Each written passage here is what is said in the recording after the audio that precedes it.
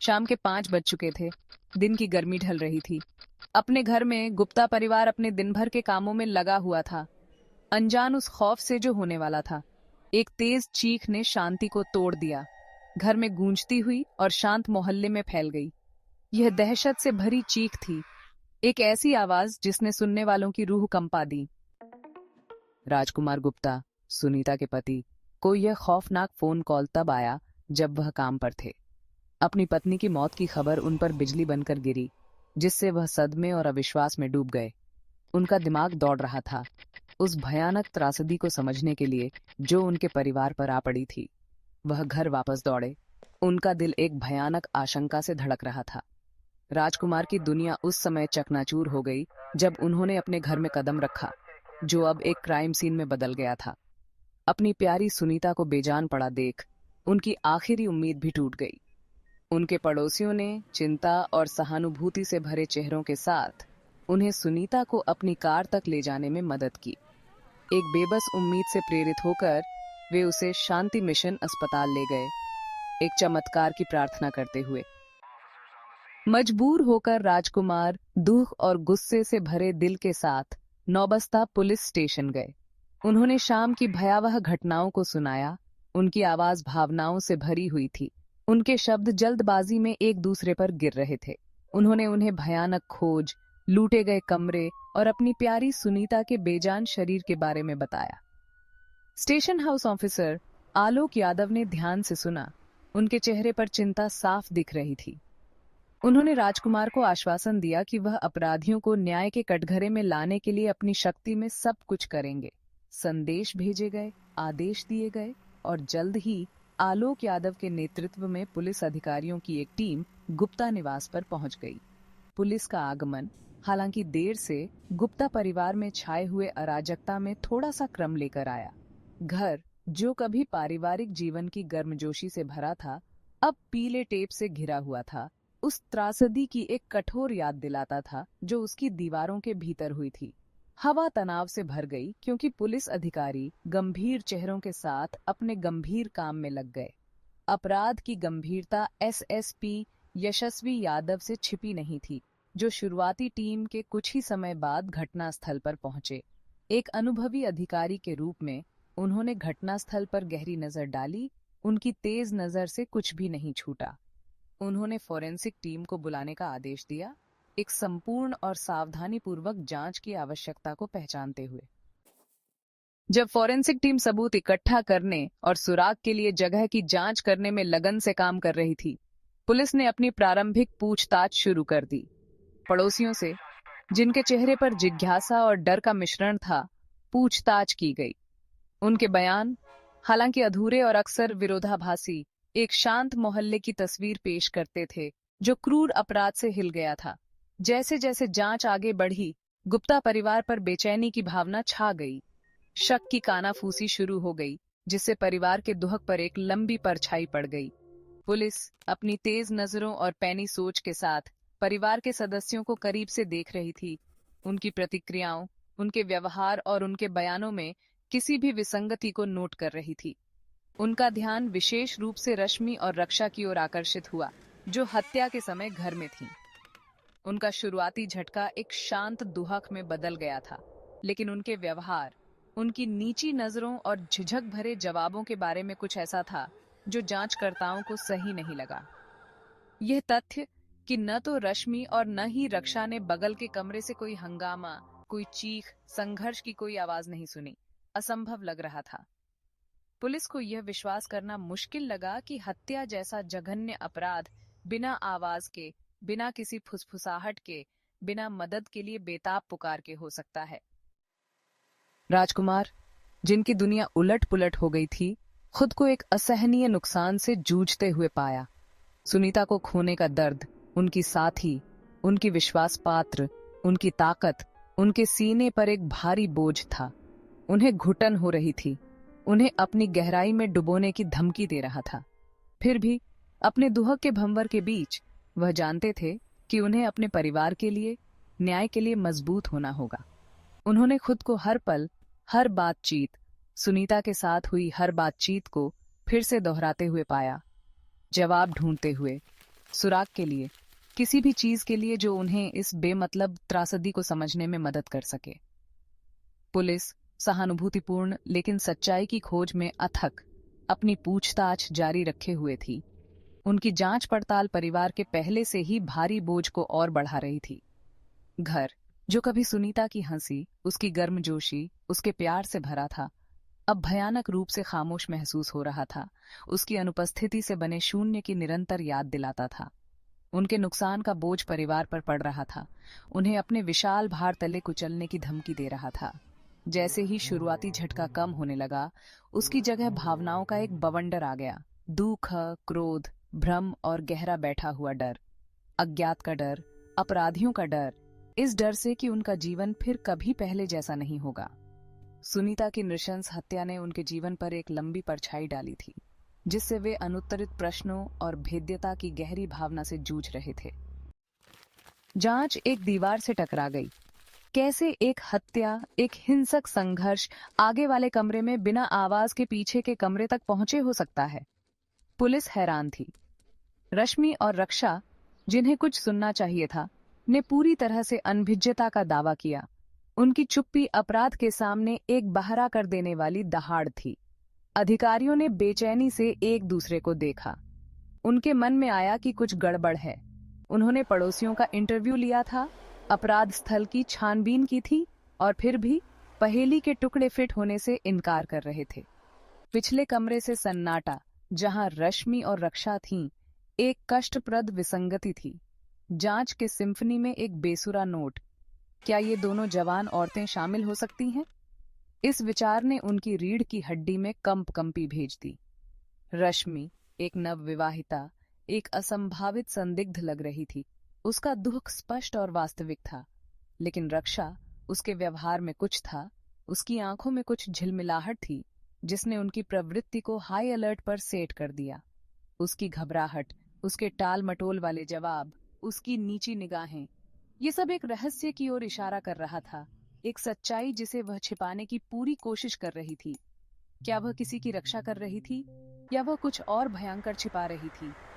Police, उनके संदेह बढ़े हुए, ने गहराई से जाने का फैसला किया, रक्षा की हैरान करने वाली चुप्पी के पीछे की सच्चाई को उजागर करने के लिए। अपने सिद्धांत का परीक्षण करने के लिए पुलिस ने एक साहसिक योजना तैयार की। वे अपराध स्थल को फिर से बनाएंगे, एक नकली संघर्ष का मंचन करेंगे, मदद के लिए एक बेताब रोना। अगर रश्मि और रक्षा ने सचमुच कुछ नहीं सुना, तो आगे के कमरे से आने वाली आवाजें उन्हें पीछे नहीं पहुंचनी चाहिए। बड़ी सावधानी से उन्होंने फर्नीचर को व्यवस्थित किया, अपराध स्थल की अव्यवस्था की नकल करते हुए। एक अधिकारी ने पीड़ित की भूमिका निभाने के लिए स्वेच्छा से काम किया, जबकि दूसरों ने बारी बारी से हंगामा किया। उनकी चीखें और संघर्ष की आवाजें हवा में भर गईं।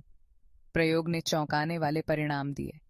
आगे के कमरे से आने वाली आवाजें, हालांकि तेज और अराजक थीं, दीवारों और बंद दरवाजे से दब गईं। पिछले कमरे में, जहां रश्मि और रक्षा थीं, एक भयानक सन्नाटा छा गया।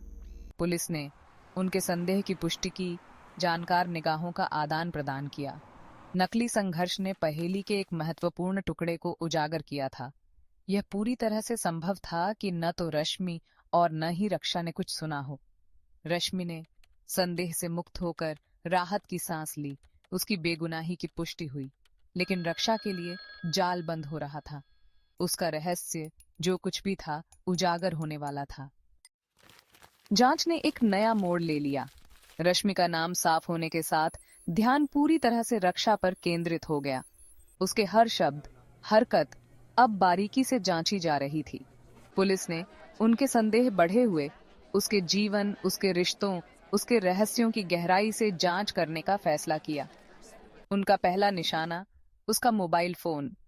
इस डिजिटल युग में इसमें उसके रहस्यों, उसके कनेक्शन, उसके सबसे काले विचारों की कुंजी थी। एक वारंट हासिल किया गया और जल्द ही पुलिस रक्षा के फोन के कब्जे में थी। इसकी सामग्री जानकारी का खजाना थी, जो अनलॉक होने की प्रतीक्षा कर रही थी। इस बीच पुलिस राजकुमार के जीवन के टुकड़ों को जोड़ती रही।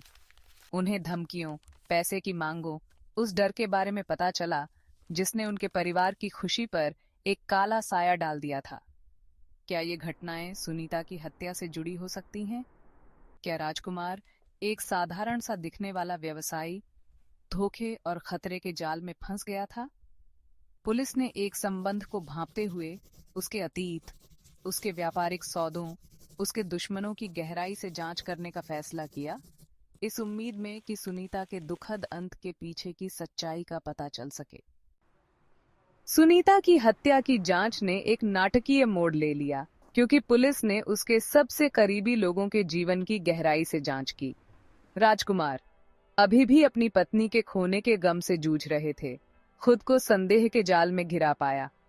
पुलिस अब एक और जटिल साजिश की संभावना के लिए अपनी आंखें खोलकर हर चीज पर सवाल उठाने लगी। उनकी पूछताछ अब उस भयावह शाम की घटनाओं तक सीमित नहीं रही। उन्हें धमकी भरे फोन कॉल, पैसे की मांग, उस डर के बारे में पता चला जिसने सुनीता की मौत से पहले के हफ्तों में राजकुमार को परेशान किया था। क्या यह केवल एक डकैती थी जो गलत हो गई थी, जैसा कि उन्हें शुरू में संदेह था, या खेल में कोई और भयावह मकसद था, सतह के नीचे छिपा हुआ कोई सच? जांच का विस्तार हुआ। राजकुमार के अतीत, उसके व्यापारिक सौदों, उसके रिश्तों से धागे खींचे गए। उनके जीवन के हर पहलू की जांच की गई, हर कनेक्शन की जांच की गई, क्योंकि पुलिस रहस्यों के उलझे हुए जाल को सुलझाने की कोशिश कर रही थी जिसने उन्हें घेर लिया था। इस बीच रक्षा पर संदेह का साया मंडरा रहा था।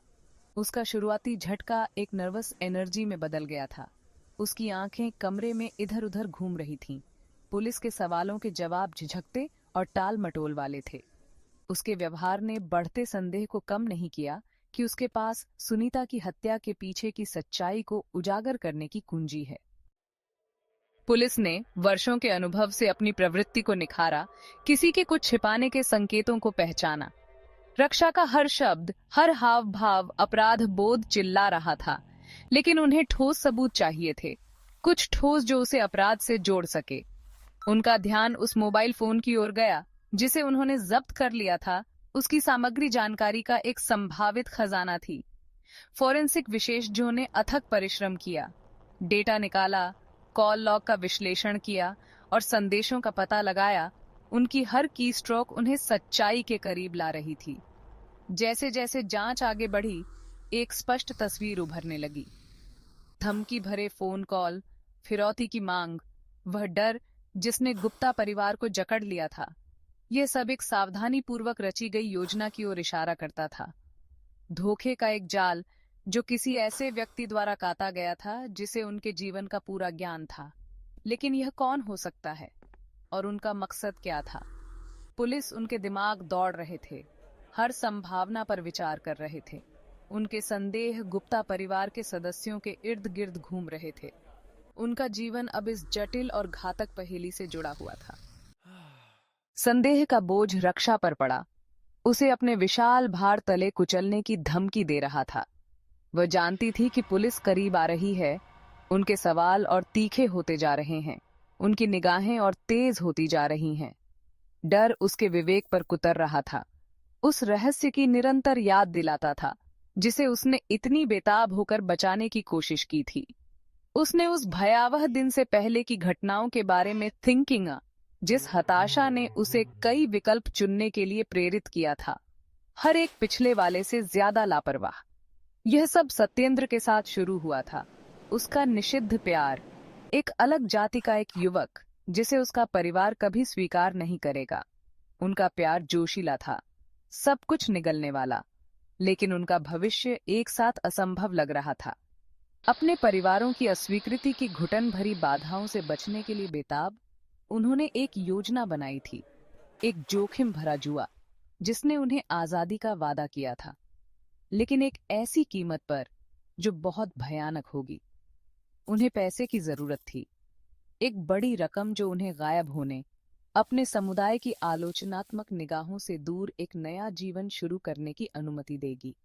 और इसलिए प्यार से अंधे होकर और हताशा से प्रेरित होकर उन्होंने राजकुमार पर अपनी नजरें जमाईं। रक्षा के अपने चाचा, वह व्यक्ति जो हमेशा उनके परिवार के लिए समर्थन और स्थिरता का स्रोत रहा था। पुलिस ने रक्षा के फोन से लैस होकर प्रत्याशा का अनुभव किया। यह डिवाइस उन्हें यकीन था उनके द्वारा खोजे गए जवाब रखता है। यह रहस्यों का खजाना था और वे जासूस चाबी रखते थे। फॉरेंसिक टीम पर दबाव था, उनकी हरकत को सांस रोककर देखा जा रहा था। घंटे एक तनावपूर्ण प्रतीक्षा के खेल में बदल गए। कंप्यूटर की गड़गड़ाहट, कोड पर चर्चा करने वाले विश्लेषकों की बड़बड़ाहट हवा में भर गई। फिर एक सफलता। फॉरेंसिक विशेषज्ञों ने उनके चेहरे उनके मॉनिटर की चमक से प्रकाशित कुछ पाया था। हटाए गए संदेश। ऐसा लग रहा था कि रक्षा अपने निशान ढकने में सावधानी बरत रही थी, अपनी बातचीत के सभी निशान मिटा रही थी। लेकिन वह जो नहीं जानती थी वह यह था कि हटाया गया डेटा वास्तव में गया नहीं था, बस छिपा हुआ था। कुशल हाथों का इंतजार कर रहा था कि इसे वापस जीवन में लाया जा सके, और उन कुशल हाथों ने अपना जादू चलाया था। बरामद संदेश प्रतीत होता है कि निरर्थक ग्रंथों की एक श्रृंखला एक खौफनाक कहानी बताती है। उन पर टाइम स्टैंप लगा हुआ था। उनके भेजने वाले और प्राप्तकर्ता स्पष्ट थे, रक्षा और एक नंबर जो पुलिस के लिए अज्ञात था। संदेश प्यार और चिंता, डर और आश्वासन का एक गड़बड़ मिश्रण थे। उन्होंने एक गुप्त बैठक की बात की, एक योजना जो पहले से ही चल रही थी। अज्ञात नंबर पुलिस को जल्द ही पता चला, सत्येंद्र यादव का था, एक युवक जो रक्षा के समान पड़ोस में रहता था। एक तस्वीर उभरने लगी, पहेली के टुकड़े जगह पर आ गए। रक्षा और सत्येंद्र, उनका प्यार वर्जित, ने अपने परिवारों की अस्वीकृति से बचने के लिए एक हताश योजना बनाई थी। लेकिन उन्हें एक साथ जीवन के अपने सपनों को पूरा करने के लिए पैसे, एक बड़ी राशि की आवश्यकता थी, और इसलिए उन्होंने रक्षा के अपने चाचा राजकुमार की ओर रुख किया। वह व्यक्ति जिसने उस पर भरोसा किया, वह व्यक्ति जिसने उसका अपने घर में स्वागत किया था। संदेशों ने एक द्रुत शीतन विश्वासघात का खुलासा किया। एक साजिश उसी छत के नीचे रची गई जहां सुनीता बेजान पड़ी थी। पुलिस, मानवीय भ्रष्टता की गहराई को देखकर वर्षों से कठोर हो चुके उनके दिल, फिर भी युवा प्रेमियों के दुस्साहस से चकित थे। उन्होंने अपने आसपास के सभी लोगों के साथ छेड़छाड़ की थी। उनकी प्रेम कहानी धोखे, हताशा और अंततः हत्या की एक मुड़ी हुई कहानी थी। भाग 3, स्वीकारोक्ति। सबूत अकाट्य थे। बरामद संदेशों से लैस होकर पुलिस ने रक्षा का सामना किया। शुरू में उसने बेगुनाही के अपने सावधानी पूर्वक बनाए गए दिखावे से चिपके हुए सब कुछ नकार दिया। लेकिन सबूतों का बोझ, खुद उसके द्वारा लिखे गए शब्द सहन करने के लिए बहुत ज्यादा साबित हुए। उसके कंधे झुक गए, उसकी आंखें आंसुओं से भर गईं। रक्षा आखिरकार टूट गई। अपराध बोध, पछतावे और डर की एक धारा के रूप में स्वीकारोक्ति सामने आई। उसने उन्हें सब कुछ बताया, सत्येंद्र के लिए उसका प्यार, उनकी हताश योजना, और वह भयावह दिन जब उनका लालच हिंसा में बदल गया। उसने बताया कि कैसे उसने रश्मि का ध्यान भटकाया था, उसे शादी के वीडियो के वादे के साथ बहला फुसला कर ले गई थी, जबकि सत्येंद्र और उसका साथी विवेक अपनी योजना को अंजाम दे रहे थे। उसने उस डर के बारे में बताया जिसने उसे जकड़ लिया था जब उसे एहसास हुआ कि उन्होंने क्या किया है। उसकी चाची को फर्श पर बेजान पड़ा देखकर उसे जो डर लगा। उसके शब्दों ने उनकी हताशा, उनकी नादानी और उनके कार्यों के दुखद परिणामों की एक विशद तस्वीर पेश की। यह एक ऐसी स्वीकारोक्ति थी जिसने पुलिस स्टेशन में सदमे की लहरें भेज दीं। प्यार, विश्वासघात और एक अपराध की कहानी जिसने 2 परिवारों के जीवन को चकनाचूर कर दिया था। भाग 1, जाल कसता है। रक्षा के स्वीकारोक्ति ने पुलिस स्टेशन में सदमे और घृणा की लहरें भेज दीं। अधिकारी समाज के निचले तबके से निपटने के वर्षों से कठोर, फिर भी युवती के ठंडे खून वाले विश्वासघात से स्तब्ध थे। अब उनका ध्यान सत्येंद्र को पकड़ने और उसे न्याय के कटघरे में लाने पर केंद्रित हो गया। रक्षा के स्वीकारोक्ति और बरामद संदेशों से मिले अकाट्य सबूतों से लैस होकर पुलिस ने समय बर्बाद नहीं किया। सत्येंद्र के निवास पर एक टीम भेजी गई। उनकी हरकत तेज और खामोश थी। उनके चेहरे अपने कर्तव्य के बोझ तले गंभीर थे। आश्चर्य का तत्व उनके पक्ष में था। सत्येंद्र प्रतिक्रिया करने से पहले ही पकड़ा गया। उसके चेहरे पर डर और इस्तीफे का मिश्रण था। बहुत कुछ कह रहा था। वह जानता था कि खेल खत्म हो गया है, बेगुनाही का उसका सावधानीपूर्वक बनाया गया दिखावा उसके चारों ओर बिखर रहा है। पुलिस ने ऐसी लापरवाह महत्वाकांक्षा के परिणामों को देखकर वर्षों से सख्त हो चुके उनके चेहरों ने उसे उसके अधिकारों को पढ़ने में समय बर्बाद नहीं किया। सत्येंद्र रक्षा के साथ जीवन के उसके सपने अब एक क्रूर मजाक के अलावा और कुछ नहीं थे। पुलिस स्टेशन ले जाया गया। उसका सिर नीचा था। उसके अपराधों का बोझ उस पर पड़ रहा था। भाग 2। न्याय देर से लेकिन नकारा नहीं गया। पूछताछ गहन थी। अनुभवी अधिकारियों और उस युवक के बीच इच्छा शक्ति की लड़ाई जिसने धोखे की नींव पर बने प्यार के लिए अपना जीवन फेंक दिया था। सबसे पहले सत्येंद्र ने अपनी संलिप्तता से इनकार करने की कोशिश की, इस उम्मीद से चिपके रहे कि किसी तरह वह इससे बात करके बाहर निकल सकता है। लेकिन पुलिस ने अकाट्य सबूतों से लैस होकर उसके दिखावे को दूर कर दिया।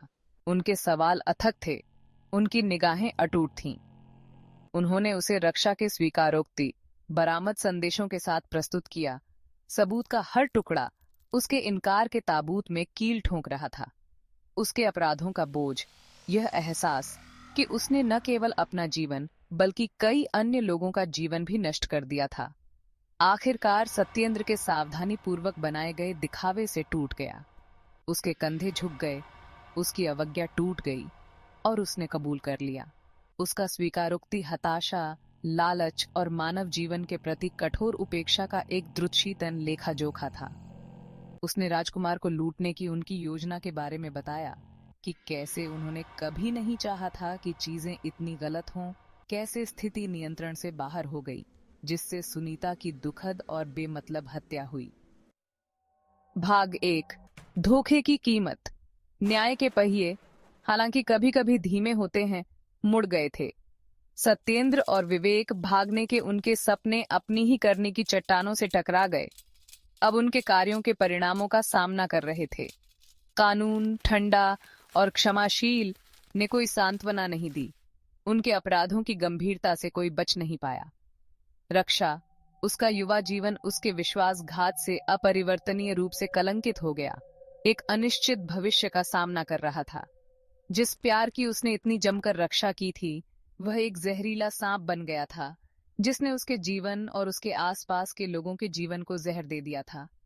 उसके अपराध बोध का बोझ, यह ज्ञान कि उसने अपनी ही चाची के निधन में एक भूमिका निभाई थी, हमेशा उसे सताएगा। उसके धोखे की कीमत की निरंतर याद दिलाता रहेगा। गुप्ता परिवार, हिंसा के एक बेमतलब कृत्य से उनकी दुनिया बिखर